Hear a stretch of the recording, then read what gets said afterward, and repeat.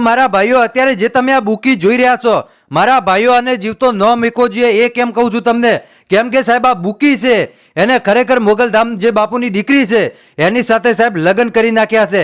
એના સર્ટિફિકેટના વિડીયો છે એ સાહેબ સોશિયલ મીડિયાની અંદર વાયરલ થઈ ગયા છે. અને જે આપણા કબરવધામના બાપુ હતા એની દીકરીને ઉપાડીને ગયો છે. સાહેબ ખરેખર આને શરમ આવી જોઈએ.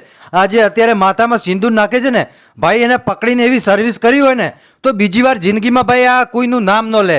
કેમ કે સાહેબ 3 વર્ષથી સતત મોગલધામ બાપુનું જે મંદિર છે એની અંદર આવતો હતો અને ભાઈ મંદિરનું ખાલી દર્શન કરવાનું તો નામ, પણ આ જે ભાઈ છે એ ભાઈ સેટિંગ કરવા માટે એ દીકરીની જોડે આવતો હતો. ભાઈ હવે તમે વિચારો સાહેબ કે 3 વર્ષ સુધી અને એ પણ આ દીકરી સાથે સેટિંગ કરવા માટે એ ભાઈ આવું વિચારે.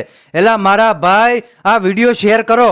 અને આ જે તમને બુકી દેખાય છે ને ભાઈ, આ બુકે બહુ ખોટું કરી નાખ્યું છે એ તમને કહું છું. કેમ કે સાહેબ હું કદી આટલો ઊંચો અવાજે બોલતો નથી મારા ભાઈઓ, પણ હવે બોલવું પડે છે કેમ કે કળિયુગ આવ્યો છે મારા ભાઈઓ. અને કળિયુગની અંદર આવા રાક્ષસોને ખરેખર મારા ભાઈઓ આવા રાક્ષસોને ફાંસી આપી નાખવી જોઈએ.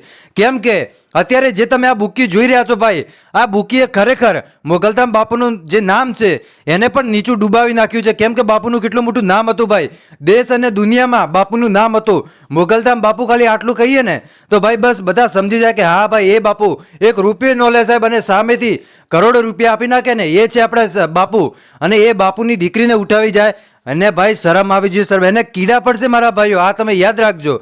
અને ખરેખર એક સંતની દીકરીને લઈને ગયો છે ને ભાઈ, ખરેખર એના માટે તમે હવે મને કમેન્ટ બોક્સની અંદર બતાવો કે આવા લોકોનું શું કરવું જોઈએ. અને સોશિયલ મીડિયામાં મારા ભાઈઓ એવું પણ જાણવા મળી રહ્યું છે કે બુકી ઉઠાવીને નથી ગયો પણ આ દીકરી છે સામેથી ગઈ છે. હવે ભાઈ મને તો એવું નથી લાગતું કે આ દીકરી સામેથી જઈને લગ્ન કર્યા હોય. બાકી તમારું શું કહેવું છે મારા ભાઈઓ કે ખરેખર આ જે દીકરી છે એને સામેથી લગ્ન કર્યા હશે કે પછી આ બુકી ઉઠાવીને લઈ ગયો છે? એ મારા ભાઈઓ તમે કમેન્ટ કરીને જરૂર બતાવજો. હવે આગળના જે કંઈ પણ ન્યૂઝ હશે એવું તમને ચોક્કસ વિડીયોના માધ્યમથી આપતો રહીશ. બસ આજ માટે મારા ભાઈઓ આટલે જ રાખીએ છીએ. મળીએ છીએ આપણે નવા વિડીયોમાં નવા ટોપિક સાથે. ત્યાં સુધી બધાને જય માતાજી, જય દ્વારકાધીશ.